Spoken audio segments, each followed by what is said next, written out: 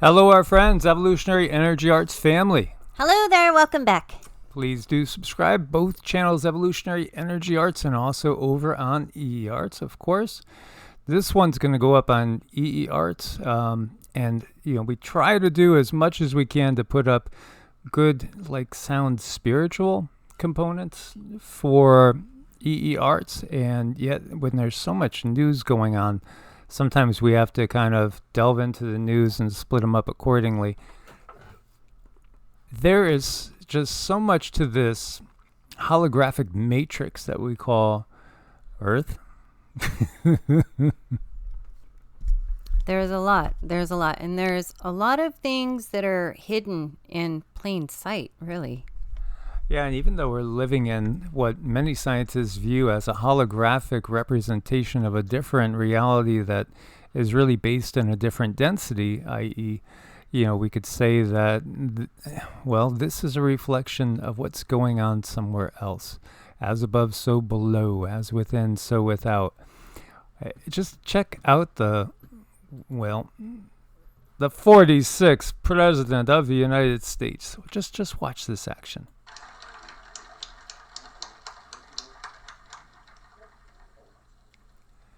Now our great speaker, our partner who...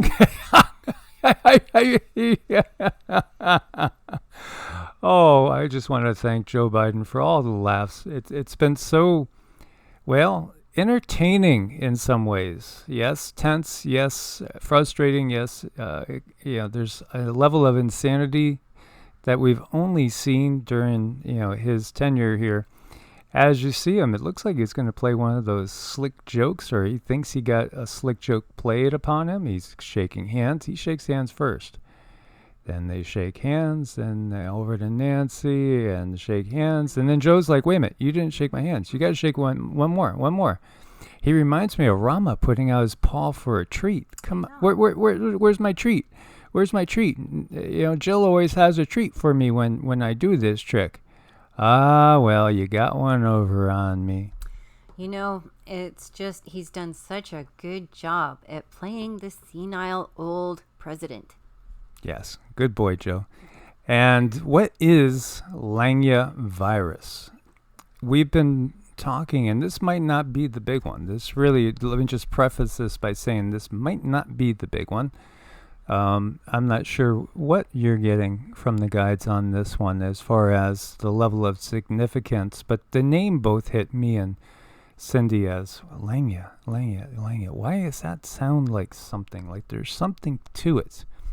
Because words carry vibration. So when you hear a certain word and then there's something else knocking in the background saying, I mean a lot more than what I'm saying.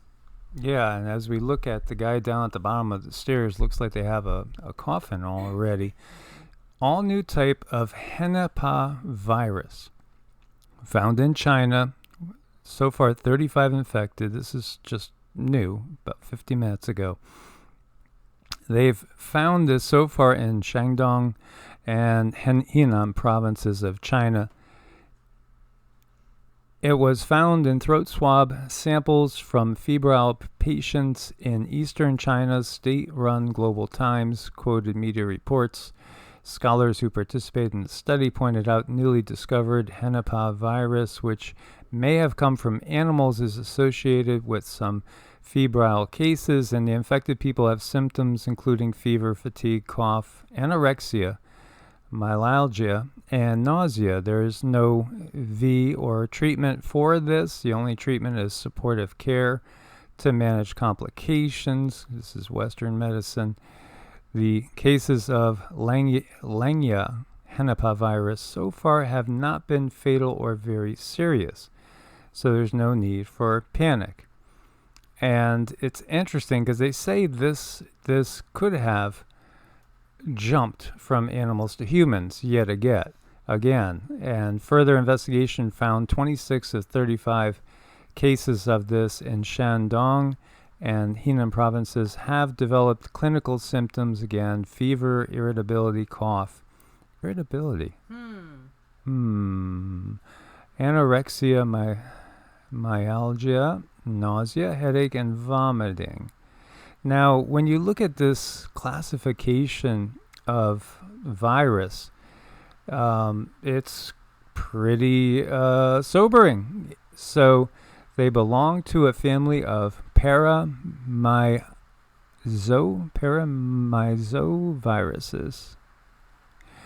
2 species have been identified to be zoonotic, causing disease in animals. This is the Hendra virus, or the HEV, and the Nipah virus. Well, we've heard of that one, the NIV. They produce severe and often fatal illnesses in humans and horses. HEV infection in horses and then in humans was first reported in 1994 in Australia. In contrast, NIV infection was first observed in pigs, subsequently humans, in 1998 in Malaysia. In Bangladesh, Nipah infection was traced independently of contact with infected animals. Fruit bats are the natural hosts of these Nipah viruses. The Hendra virus is probably transmitted to horses, which are the main intermediate hosts, through the ingestion of food contaminated with droppings, urine, and other excretions of infected fruit bats. The bats themselves do not show any clinical signs of illness. Transmission of HEV to man occurs through close contact with infected horses, probably through respiratory secretions in urine. NIV carried in pigs, which are the main intermediate host to humans, via aerosols or direct contact with infected respiratory secretions, saliva or urine, or surfaces contaminated by these secretions. Pigs may have acquired the infection via fruits half eaten by bats and contaminated by the virus. Other possible intermediate hosts are dogs, cats, horses, and goats. In some cases, NIV transmission has been independent of direct contact with livestock through the ingestion of sap from date palm, which was then contaminated by bat excretions. Other cases of NIV infection was transmitted from the infected excretions of pigs and onto farm workers in contact with the animals. High rate of human-to-human spread by NIV was seen in an outbreak in Bangladesh. Unlike earlier outbreaks in Malaysia, disease manifests in 4 to 20 days or 5 to 12 days for HEV and NIV infection, respectively.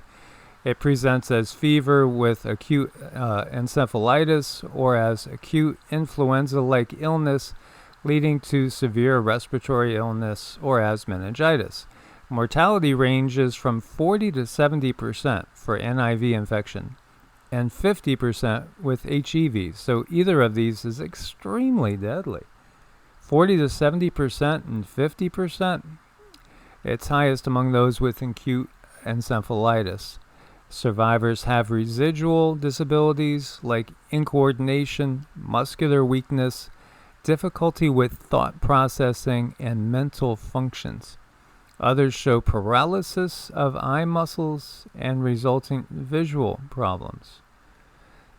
This is so interesting too. Because again, we're seeing so much of these symptoms in many people out there. Many people out there that, as far as we know, haven't come in contact with these bats, or pigs or horses. And yet it can also come through other means as well. As I was reading on farther on down, they were talking about shrews and how it could be a shrew that actually transmitted what we're seeing right now. How many people have you seen with Bell's palsy, things like that, abnormal ticks? Ticks not as in the critter that's biting you and giving you Lyme disease, but ticks movement-wise, fogginess of thought. Look at Joe. Look at Joe. He didn't even remember he shook hands. Of course, he's somebody that we do feel is in the last not much time left, basically, and we really don't think the odds are in his favor to finish out his. Not only his term as president, but necessarily to finish out the rest of this year. And here we are in August. But so many people have had all these various different symptoms, and yes, many diseases bring about the same sort of the same sort of symptoms. But it's interesting to see this, and then the name Langya just hits me as there's some sort of major significance for this. So, again, now this is from the Daily Mail, and it's talking about it's thought to have jumped from shrews. It belongs to a family of viruses that are known to kill up to 75% of the cases. Nobody have died yet. That's good. That's really, really good. But it just seems like humanity's being layered with one thing after another. There's this layering effect going on. And of course, when your immune system is suppressed, everything can take advantage. Why has cancer jumped 10,000% increase in certain peoples, in certain areas? 10,000% increase. That's insane, but that's the times we live in. And as we've said before, it's as if the entire world, or a big, huge section of it, a big percentage of the world is suffering from some sort of immune suppression. So there's a Mount Langya. It's a famous mountain in Yi County, Hebei. It's about 180 miles southwest of Beijing. And according to the mythology of the Communist Party of China, the CCP, the 5 heroes of Mount Langya is a story about 5 men who fought the Imperial Japanese Army, basically World War II time here. Now, Japan invaded China way before World War II started over in Europe, just so you guys know. And it did last a very, very long time. So this is actually something of a mythos in the Communist Party. 5 men fought the Imperial Japanese Army atop Mount Langya during the Second Sino-Japanese War. They supposedly killed dozens of their opponents, and then they committed suicide by throwing themselves off the top of the mountain to escape capture by the Japanese. 2 of the soldiers survived, but all the others perished. The story is celebrated in China. A Chinese court has written that the heroes and their story reflect the national sentiments, historical memories, and national spirit, and are important sources and components of modern China's socialist core values. It's actually been made into a movie. Of course, it's a disputed myth, but any way you look at it, again, perception, reality, right? That whole story. So what is the story? The story is about sacrificing for the greater good, sacrificing for the homeland, sacrificing for the CCP. Mm-hmm. There's everything that we look at, it's all symbology. And when we speak of a veil, there really is no veil. Everything is right there. It's right there for the taking. It's right there for us to look at. It's right there for us to see. But whether we choose to see it or not, or whether we put ourselves in a position to see or not, that really is up to us. So it's about understanding that inner knowledge and being able to go within so that you can see past all the shielding and all the BS and all the lies and make good decisions for yourself. We talked about that 2005 Chinese general's statement in which he said, what's sacrificing 1 to 200 million people in the United States when you might have to sacrifice 500 to 800 million Chinese. So, again, Rama took issue with that statement. He said, let him come. I'll bite his butt. So interesting. And then the shrew. The shrew got me thinking of Shakespeare's Taming of the Shrew. And so the synopsis of this is basically, it's a story about a man and his wife. Man and his wife. In the play performed, the shrew is Caterina, the older daughter of Baptista Minola, Lord in Padula. This is Shakespearean, and so it's interesting. So it's an interesting tale because we could definitely change some of this into a modern tale of what's going on. So numerous men, including Tranio, deem Caterina an unworthy option for marriage because of her notorious assertiveness and willfulness. being assertive and willful. On the other hand, men such as Hortensinio and Gremio are eager to marry her younger sister Bianca. However, Baptista has sworn Bianca is not allowed to marry until Caterina is wed. That was often the case. They'd have to marry off the eldest sister first before the younger one could be wed. So it motivates Bianca's suitors to work together to find Caterina a husband so they can compete for Bianca. And then the plot thickens when Lucentio, who has recently come to Padua to attend university, falls in love with Bianca. So what do? Is basically, due to her shrewish nature, Petruchio pretends that any harsh things she says or does are actually gentle and kind. Caterina agrees to marry Petruchio after seeing he's the only man willing to counter her quick remarks. However, at the ceremony, he makes an embarrassing scene when he strikes the priest and drinks the communion wine. After the wedding, Petruchio takes Caterina to his home against her will. Once they are gone, Gremio and Tanio, disguised as Lucentio, formally bid for Bianca, with Tranio easily outbidding Gremio. They would actually bid for the females again, telling you about how the times were. So, however, in his zeal to win, he promises more than he actually possesses and can deliver on. So when Baptista determines that once Lucentio's father confirms the dowry Bianca and Tranio can marry, he decides he will need someone to pretend to be Vincencio. So it gets into this complicated love circle. So the taming of the shrew, Petruchio's taming of his new wife, she is refused food and clothing because nothing, according to Petruchio, is good enough for her. He claims that perfectly cooked meat is overcooked, a beautiful dress doesn't fit right, even if it fit perfectly, and a stylish hat is just not fashionable. He disagrees with everything that she says, forcing her to agree with everything that he says, no matter how absurd.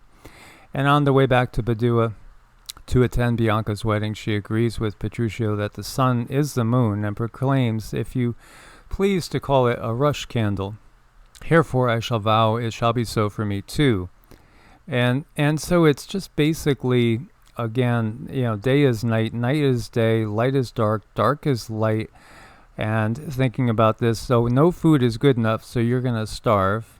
No clothing. It's just kind of like a statement, really, when we think about it in so many ways. Could be a statement of our society today with our politicians. Look at all the jobs I've created. Meanwhile, I've doubled the size of the IRS, and they're going to come after everything you own.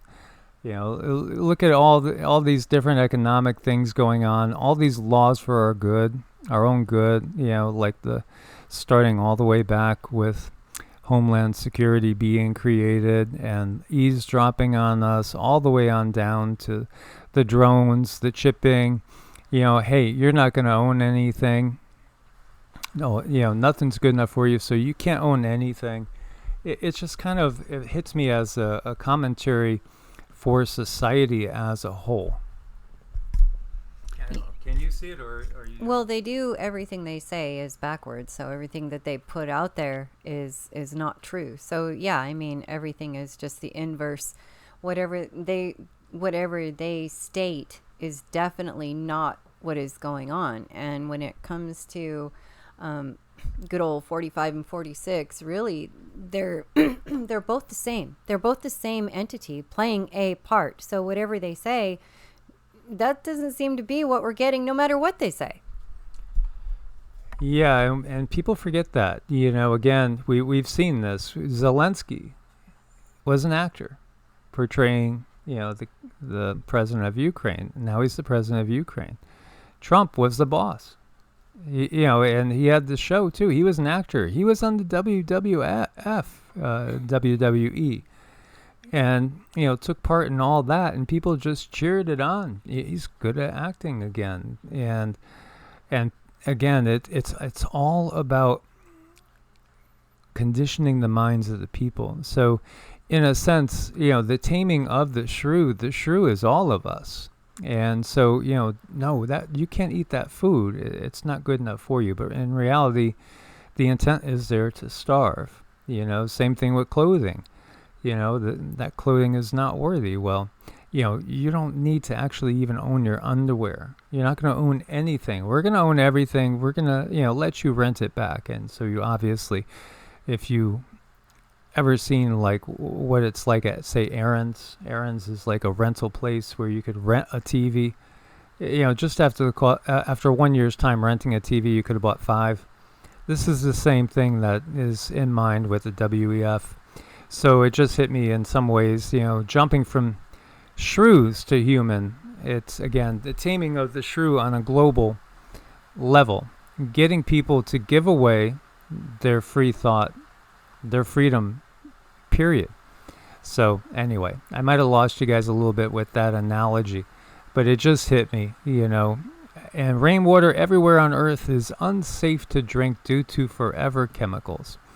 They've been doing this for decades, generations, poisoning the planet, always giving us things to make our life easier, but there's a cost.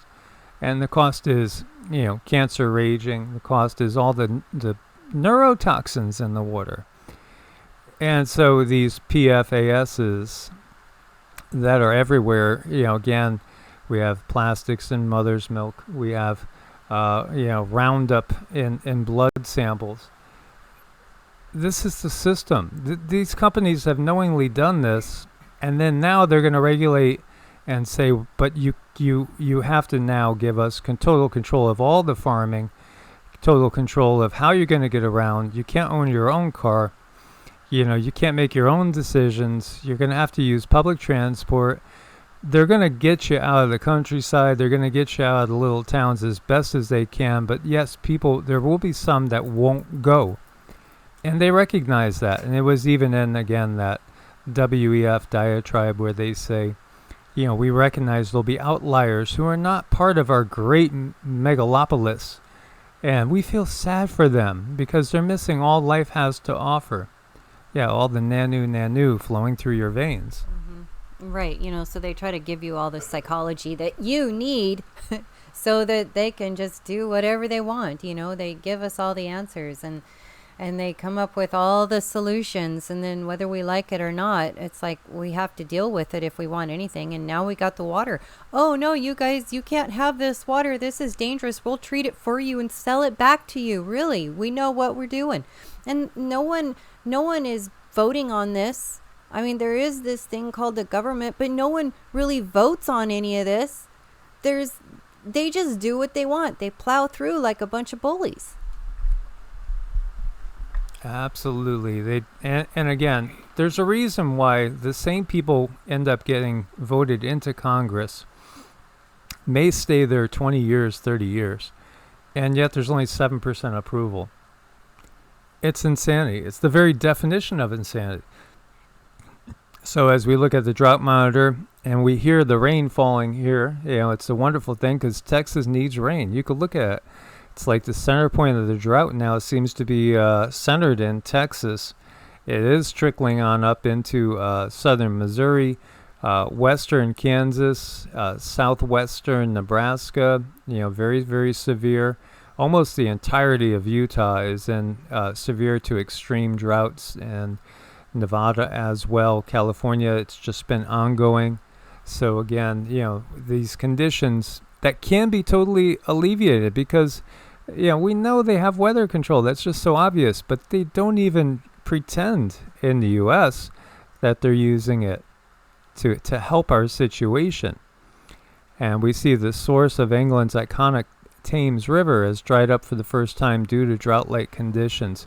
There was somebody that said it happened back in like 1872, but when I was looking for that instance, besides the one tweet, I couldn't find anything. But perhaps it has happened in the past. It wouldn't surprise me either. But again, it's given us this perception climate emergency. The European heat wave has dried up many important rivers, and with the Rhine again, and the cost of moving diesel is exploding. This is all going to drive costs up. We've already seen, food. I could think of several items off top of my head that have completely doubled since the very beginning of the year. There's some things that, would buy on a regular basis. They've completely doubled in less than a year's time.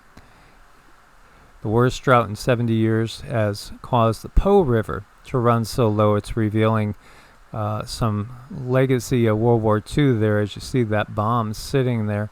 Yeah, it's again a condition that's going to just throw the total power structure,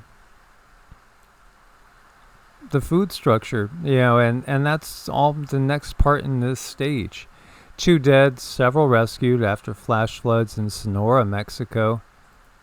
Over in Senegal, 5 inches of rain in a couple hours. It's one extreme or the other as you look in Seoul, South Korea, and you see submerged vehicles, and you're going to have to swim through that subway, which I would not recommend. Meanwhile, as Europe melts, Northern Africa is enjoying some rare snow. Yeah, but these big cycles, they change constantly. We go back to the time of the dinosaurs, the Earth was much, much warmer. And actually, you don't even really have to go that far back to see a totally different alignment of the continents themselves. Everything is constantly changing. Dubai is artificially creating rainstorms with drones and electricity. So there you go. I mean, they're creating rainstorms in the desert. It's going to get to be green because they have a will, they have the way, they have the money. And they can do it. It just depends on whichever one, he who has the gold makes the rules. So, and everything is like that. The ones with the money, they're the ones making the rules. So the whole illusion is the fact that we actually have a vote. And the whole illusion is that 46 and 45 are completely interchangeable. It just depends on which ones decided to play what part. So that's where we have to find our center and be very, very careful and understand that we need to make our own path. Nobody's going to come save us.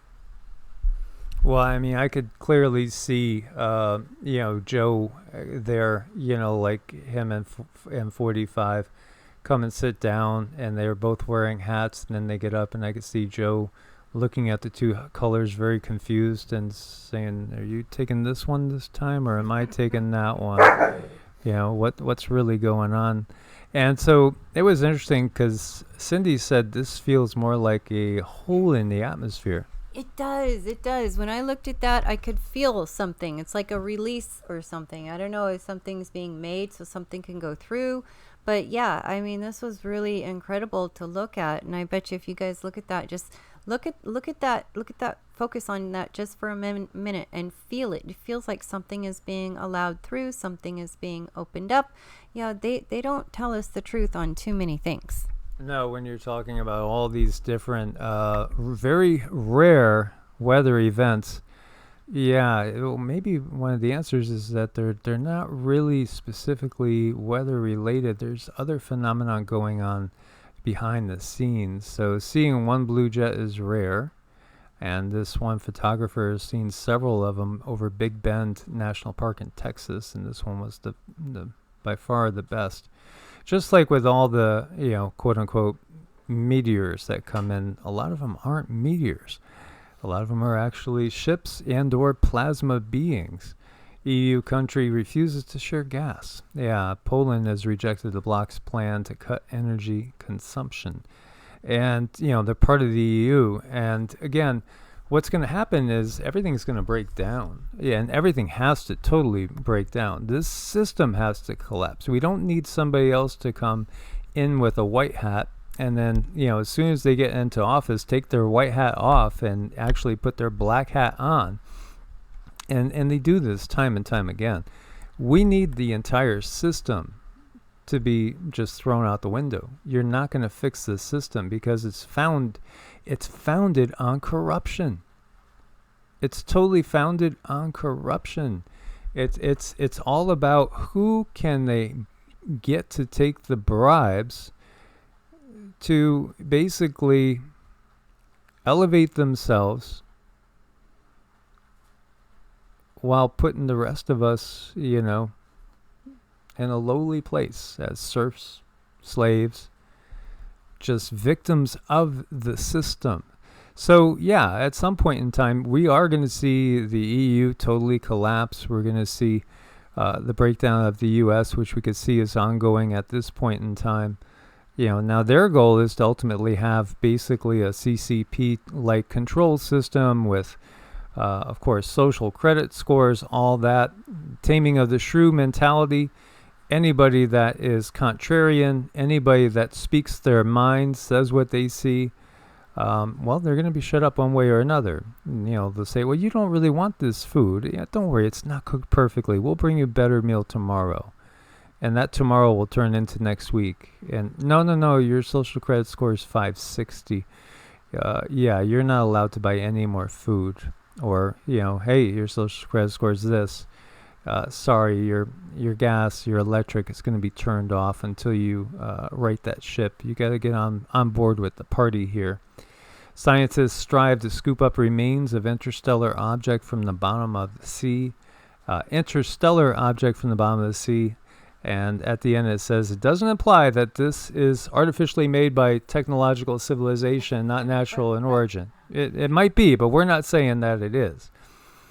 So, again, a slow trickle disclosure until they actually roll out some non-human beings that they say are white hats, but then once we're all comfortable with them, they're going to take those white hats off and put their black hats on. And you might actually have seen for the first time some of the controllers, the real controllers. And this is not in the too far distant future. You might just have a handful of years before you see some of the real controllers come out in the open. Do spiders dream? That's a good word, Suggetti. A new study suggests that they might. Well, yes, why wouldn't they? So, again, transmigration of the soul is a process which the soul proceeds from a simple state into ever more complexity. As it goes along, gathering experience, learning new things, growing and exploring. Of course, spiders dream.